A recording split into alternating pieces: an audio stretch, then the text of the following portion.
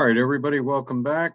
I will pick up now for the second part. And again, welcome to all that are here for this special panel session advocating for scientific study of unidentified aerial phenomenon, technical perspective with focus on aviation safety. Now we come to our second half of speakers, which will be emphasizing and discussing safety implications of the UAP. So it is my pleasure to introduce Ryan Graves, who's a lieutenant in the United States Navy, who served for over 10 years, specifically also as a naval aviator, FA-18, F as in Foxtrot pilot. Right now, he's currently a principal investigator within research and development in the aerospace defense industry.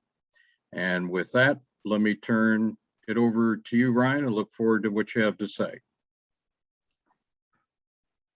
Thank you so much. And thank you for having me. This is great to be here in front of you and be able to have this conversation in front of the people that I know, at least from the industry and my experience as an operator, are the ones that are going to be able to introduce technology that's going to be able to help us out. So just to kick things off here, you know, we have the most respect for the scientists and engineers that make some of the technology that we have the privilege to use. So it's an honor for me to speak to you all here. And this is certainly going to be a highlight. So thank you for being here. The title of my talk is Persistent Detection of Non-Participating Aircraft by United States Navy Tactical Aircraft. And you'll notice the date 2014 to the present. Next slide, please. So for those that do not have a background, as stated, I was a FA-18 Foxtrot pilot attached to VFA 11, the Red Rippers. We were stationed in NAS Oceana. It's the Master East Coast Jet Base located in Virginia Beach, Virginia. Now, as a Navy pilot, we are training when we're in the United States. So we're not in an operational status. We don't necessarily carry weapons. What we are doing is going through our training so that when we deploy, we can act as an expeditionary force. But to prepare for those deployments, we operate in a number of working areas, one of those being off the coast of Virginia Beach, starting about 10 nautical miles off the coast, where it is not a restricted area, but it is an area where we will maintain MARSA, which is when the military assumes responsibility for separation of aircraft. So we typically are in communication with everyone that is out there, and we do have some assistance from controllers to give us a heads up if anyone is out there transiting that shouldn't be. One very important consideration is during this time period, we were one of the few squadrons that had the aircraft plumbed in order to upgrade our primary sensor, the APG-73. We were upgrading it to the APG-79, which was really a big change for us to go from the mechanically scanned array to the active, to the AESA radar. So a lot of capability. And for some of us, it wasn't our first time flying this aircraft. Utilizing this radar, as we had used it during our training. But when we got to the fleet squadron, we were strictly an APG-73 squadron until this point. Additionally, we would often fly with the ANASQ-228 Advanced Targeting Forward-Looking Infrared Pod, which I will forevermore refer to as the FLIR. That is kind of our eyeball where we can receive the standard camera vision or IR energy, depending on the mode we're selected in. And really how this story starts is that we start upgrading the radar while we're flying in the area, and essentially we start picking up more things than we're used to. Next slide, please. All right, so once we started flying onto the areas, we started noticing some radar contacts that were in the confines of our working areas that did not appear to be respecting any of the area subdivision boundaries or even the primary boundaries outside of the airspace. They didn't seem to be playing by the same rules as us. A lot of them were stationary. Some of them were flying in some patterns that we'll discuss here later. And we're really seeing them wherever we were looking. So really from 35,000 feet down the surface, which is kind of our standard scan where I would typically look. So, you know, this is the airspace that we're typically operating in, and wherever we look, we were seeing them essentially. As I said, there's really two categories. Is how we surmise this, is that there's stationary ones. So, and that was indicated by relative velocity to the surface of the Earth, and then non-station ones that were moving around out there. As we were exclusively operating off of the East Coast and over the water, we did notice them over the water, so a bit of a selection bias. But you know, turning back to the west, or when operating over the land, you know, our radar is out in front of us, and we did not see them over land at this point. Next slide, please. Thank you. So the stationary objects were a bit peculiar in appearance on our sensors. So always 0.0 Mach as defined, again, stationary over a ground point, regardless of winds. So remaining stationary against the winds in a very stable manner. Target aspect indicative of perhaps the computer didn't know how to read it, or perhaps rotation. So the blue circle with the line coming out of it represents what I would see on my system. And the straight line represents the target aspect of the contact. So where are they going? While this particular drawing down here shows a progression through 3 stages, that's what we see. We basically see a stationary object where the target aspect would, in a somewhat consistent manner, kind of rotate around the contact. So it kind of was almost as if it was kind of just banging around up there, or there was some uncertainty with the reading. So in that way, at least I was able to kind of look out and be like, oh, that's one of those particular things out there. And it was a way of identifying them and separating it from potentially other air contacts out there. Most air contacts are very smooth target aspect, and it's very clear, as you would expect. Next slide, please. The non-stationary behaviors really are mostly defined by the speed. So I would typically see them somewhere in the vicinity of 0.6 Mach to 0.8 Mach. And they would be proceeding either in a straight line east. I would see them in a racetrack pattern. And occasionally I'd see them just coming down, usually not aggressively fast, just coming down 1,000 to 4,000 feet. It is a very rough estimate. It didn't appear to me as if it was drifting down, I would say, but it was moving down with a decent velocity. On the rare occasions, you know, we'd look out, or at least I would look out, and I would see them in the supersonic range, 1.1 to 1.2 Mach. Those were kind of the ones that I would typically see just kind of cruising east. They wouldn't be in a holding pattern at that airspeed when I did observe those. And one thing that's kind of peculiar here is that, you know, I very rarely would see them accelerate, you know, so I would very rarely see a stationary one that would be stationary, and while I watched it, it would just accelerate to 0.6 or whatever airspeed, 1.1. Very rarely see that, right? And it's an important thing to remember here that we're not out there looking for these things in particular, right? So we have very complex training missions and objectives that we're looking to accomplish. And so this is kind of a passing consideration. Of course, we'll talk about here shortly why that was a problem, but initially, initially we weren't considering them as a physical object. It was the real reason, but we came to respect them shortly afterwards. Next slide, please. All right, so the fact that they appeared stationary for the most part, and or were kind of moving at airspeeds that we weren't expecting. They weren't expected to be there, right? So for one, we weren't expecting a number of these things to be here anytime, right? It's pretty much F-18s only out there. So to have a non-player out there was strange. But with the radar upgrade, our initial assessment initially was that it was some type of false track that was being provided by the radar. We were not seeing these on the APG-73. We just simply weren't picking them up.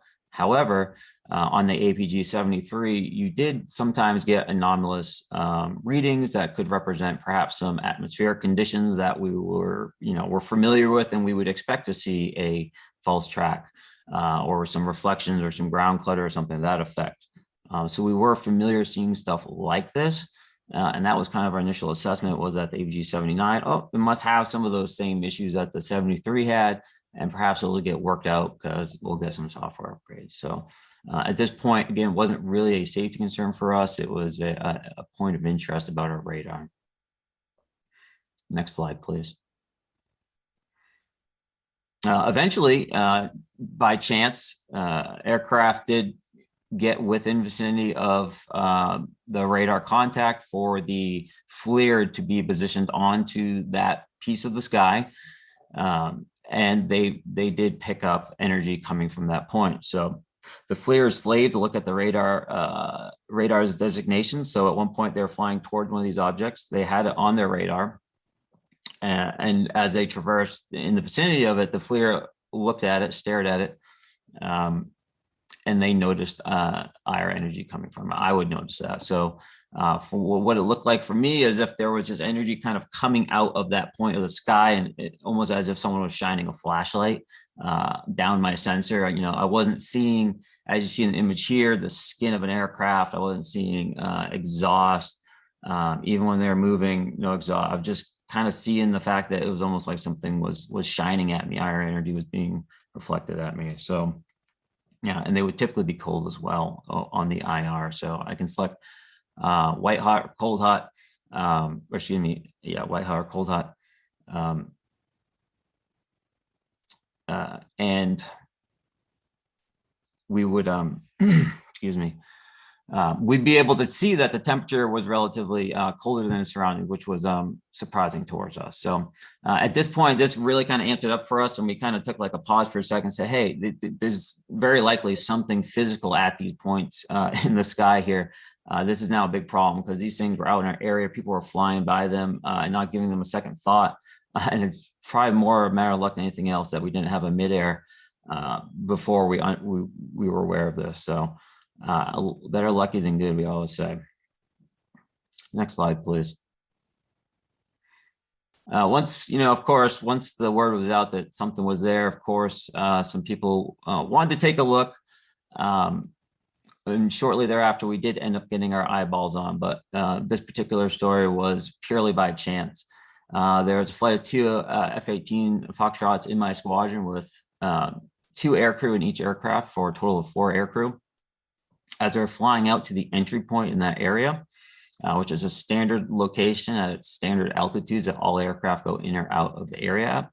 One of the objects, it appears, was basically at that entrance point. So as the 2 aircraft were checking into the area, one of these objects basically flew right between the section. The aircraft were probably in the vicinity of about 100 feet apart from each other. So the object was very likely somewhere in the vicinity of 50 feet-ish if it did go directly between them, but it's very difficult to just eyeball gauge size and distances in an aircraft. But when they came back to the ready room, the people that saw it, they were in the ready room with their gear on, which is atypical. It's typically we want to get the sweaty hot stuff off as soon as possible. But was, hey, what's up? And he just had a very surprised look on his face. And he says, hey, those things that we see? Well, I almost hit one of those things. And then he described it as a darker gray cube inside a clear sphere where the kind of the corners of the cube were touching kind of the surface of that clear sphere. I don't know contextually how you see a clear sphere, so I don't know what that necessarily translates to in reality, right? So there must have been some type of way he visually could make out that sphere. What that means, I don't know. He estimated 50 and 30 feet. Again, very difficult to make estimates, especially when it's a split second near miss like that. We did, of course, have continued visual encounters after that, people going out, taking a look, but it's very difficult to see them. We would have them on the radar, we'd have them on the FLIR, our joint helmet mounted cueing system, which is pumping all this information onto our visor and also tracking your head movements, is showing us exactly where to look for the object as we're coming to emerge with them. And we do this all the time. We train to this. This is not an abnormal thing to come to emerge with an aircraft for us. So as we come to these merges, this thing that we do all the time, we're highly trained at for dogfighting, it was a hard time seeing them. We couldn't see them. So many of us will go out, we'd zip by, try to slow down. We couldn't see them. Sometimes maybe it would appear like they would descend a little bit, which unfortunately kind of indicates our ability to see them if they just kind of drop below the belly of our aircraft. So I was flipping over inverted, which I'm sure some did, but we are also making sure we don't hit these things out there. So we are giving them a pretty healthy buffer. So take that for what you will as far as the visual acuity thing, but you know, our box and our sensors are showing us one piece of the sky. So what's the difference between this first, you know, near miss and the second one where it's hard to see them? I don't know, but we could talk about that later. Right now we're kind of getting a little ticked off in the squadron, because for us, our first inclination that this is some type of classified drone program that we're not aware of, and someone is testing it where they should not be, and something needs to be done, because we're going to take out an aircraft with possibly 2 souls on it. So that was our primary concern at this point. Next slide, please. Responses midair, we did submit a safety report and then a number of subsequent safety reports, which are now in the public sphere. And I'll let you read this quote from my commanding officer at the time, who's basically acknowledging the fact that no one is probably looking at this information, but this is the only avenue with which we have to report these safety issues. Next slide, please. All right, so fast forward a couple of months here, and we are going out to do our workup cycle for our upcoming deployment aboard the USS Roosevelt. And during that workup cycle, we head down to the Jacksonville coast, where we do training for a number of months. Some highlights here: we were aware that there was foreign intelligence gathering operations in our vicinity, which are relatively routine. You know, when we arrived out into the area, the objects were there. So they were either already there when we arrived, or they followed us there, and I don't have any data to support either one of those conclusions. While returning from one of our flights, an air-to-air flight, a relatively large, maybe 8 aircraft, I was in a flight with, I believe it was 3 other aircraft. We went out to conduct our mission. As the missions are ending and people start coming home due to being low on gas, it's typically 1 aircraft at a time. We don't just all come back at the same time. One of the aircraft I was flying with picked up a radar contact and flew over a bit on their way home to investigate. While they, once they landed, they debriefed, showed the tapes I'll talk about here in a second, but the image they captured is what you see on the screen here. I'll let you look at that for a quick moment. Of note, this is the FLIR, and this is in IR mode, not camera. Next slide, please. All right, so what was happening outside of the small clip that folks may have seen already? So on the situational awareness page is kind of where all our data is getting pumped into. And we typically look at that to receive offboard information or even our own onboard information in order to identify targets or all the stuff that we do up there. So what was interesting was that on our situational awareness page, what we noticed was that there was and I use the word formation here, there's a formation of about 4 to 5 aircraft flying in what resembled a wedge formation. And as they were flying along, they began a turn that had some type of radius of turn, right? So it wasn't an instantaneous direction change. It turned as if it was cutting through the air. and they were a bit jumbled, right? So they didn't maintain perfect formation. They kind of scattered out, almost looked semi-random, and they were at separate altitudes as well, but not, so they weren't at the exact same altitude. And as they rolled back out, they basically did a 180 and started flowing in the other direction. The object, the gimbal object from the image before, is represented in this slide by the circle with the line going through it. And this object was proceeding behind the larger group.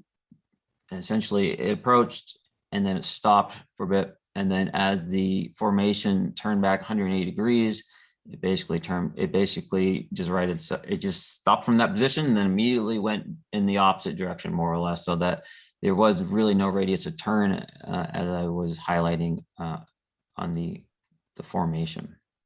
2 minutes. Sorry, Ed? 2 minutes. Got it. Thank you.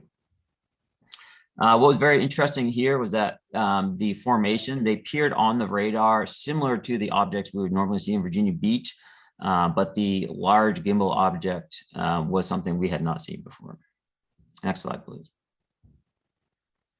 All right, so this was intended to just be a quick talk about this. I would like to get more into the safety conversation here as we continue forward, but I think it's very important that people understand that this is a very pragmatic thing for me. This is not, I'm not a UFO guy. This is all very new for me. My concern is the fact that we are almost hitting something that's out in our working areas with very expensive aircraft and with people at risk here. The UAP task force report that came out said that in the past 2 years, there were 11 near misses within the data set that they studied. Those are the ones that A, haven't studied, B, that were reported in the past 2 years. So thank you for coming and listening to this. And I appreciate any help that can be had with this safety issue that we were experiencing. Brian, thank you so much. I appreciate all your points. So now we go to question and answer for Ryan. Please, people, go ahead. Hi, Ryan. This is Chris Plain from the Debrief Head Science Writer. Can you hear me okay? Hi, Chris. Hi. All right. First of all, thank you for your service. Could you give me a general ratio here? You mentioned a number of radar contacts without visual, and then you mentioned a handful of visual contacts. Would you say we're seeing hundreds or even thousands of radar tracks and we only have a couple of visuals? What sort of ratio in your experience? Yeah, it's tough, right? So a typical day in the areas, I would typically see, and again, I don't necessarily represent every single person here. So sure. Everything I say is my data set or data set I've talked to people about, and there's a lot of other people there. So I would typically see somewhere between like 2 and 5 objects in the working areas, when I was up there. So times that by however many years that's been going on. I have heard maybe people have visually seen it maybe somewhere in the vicinity of 8 to 10 times. And that is me not asking people and people just telling me, so I have no idea what the ratio is, but, obviously we're seeing a lot of them, but that data set is only about 10 visuals. What was very interesting though, when I was deciding to even do any of this and talk to anyone, I was sitting in the ready room with about 10 people and I asked everyone in the room if they remembered those things that were flying around there. And basically everyone that was on the East Coast, there was people on the West Coast too, but the East Coast guys immediately all knew what I was talking about. And one even said, hey, oh yeah, the cube things in the sphere, so I said, okay, we're not crazy here. So, yeah. Would you say that description of the visual, the cube with the sphere inside is consistent across the cases where people are reporting physically seeing it? So far as I've heard, and again, as people have talked about the issue that we've been having on the East Coast, which is, been reported to me happening on the West Coast and possibly further inland as well. But yes, that's as far as I know. Okay, thank you. Mm-hmm. Hi, Ryan. This is Peter. I have a question. What you described there as that kind of that gimbal object, and then in front of it was these those things in front were the spheres with the cube inside, and is that right? And then when this gimbal object stopped, and did it instantaneously change direction? I mean, did it stop and then just move, because that would be a huge acceleration if it was moving and it just stopped and then went in another direction. Yeah. So to answer the first part of your question, yes, to my best assessment, the objects that were in the formation resembled the radar, the radar contacts I was seeing in Virginia Beach, the Cuban sphere. So it's like this thing is shepherding these things somehow. These are the parents of it. I don't have enough information to make that assessment, right? There could be a lot of architectures at play if we're looking at any type of swarm mechanics here. Yeah, and to answer the second part of the question, which was, well, you said it came to a stop. Oh, yes. Changed direction. Yeah. So I don't know, right? If the line between probably an infinite acceleration, if there's a zero time component at that change in direction, and a very small one, is not something I can assess from what I saw. Well, I mean, not instantaneous, but I mean, very quick. I mean, the best I can recollect, there was a pause in between the direction change. All right. Yeah. Thank you. I wish I could be more specific, but I don't. My goal is, unless I'm like 100% sure, I'm very timid about absolutely making that last 1% connection saying it did happen. Yeah. Ryan, hi, it's Philip speaking. I have a question. Thanks for the presentation. During the first presentation of Ravi, and it's a similar question I had, he reported that there's a term in a report called signature management. Does it have a special meaning in terms for the military pilots, and did it apply to the sightings that you just described? What does it mean, signature management? Thank you. Yeah, that can mean a lot of things. And yes, it is a term that I am very familiar with, and the tactical aviation community is very familiar with. Not to say that the way we use that term is the exact same way that UAP task force uses that term. But, I think everyone immediately goes to, visual signatures, right? So, can you see it? Can you not see it? Some kind of cloaking thing? Is it an RF blocker, right? So can you not see it with the radar at all? Or, can you see it? Is it a something that can detect you're there, but perhaps it's passively detecting you instead of actively detecting you with a radar? That would be some sensor management thing. So it's a big conversation, and unfortunately a lot of it probably goes classified, but I don't know whether my understanding of that term is the same as the UAP task force. Thanks, Ryan. Okay, Ryan, I'll have to cut it off here. We can pick up later on the general Q&A. Well, thank you very much. Also, I was remiss to mention in Ryan's background to everyone that he also holds a bachelor's and a master's in aerospace engineering. So with that, again, Ryan, thank you, and we'll continue on to our next speaker. Thank you, Ed. And I just want to correct the record very quick. I actually do not have a master's. I'm sorry. That's okay. Thank you. Mistake. Good job, Brian.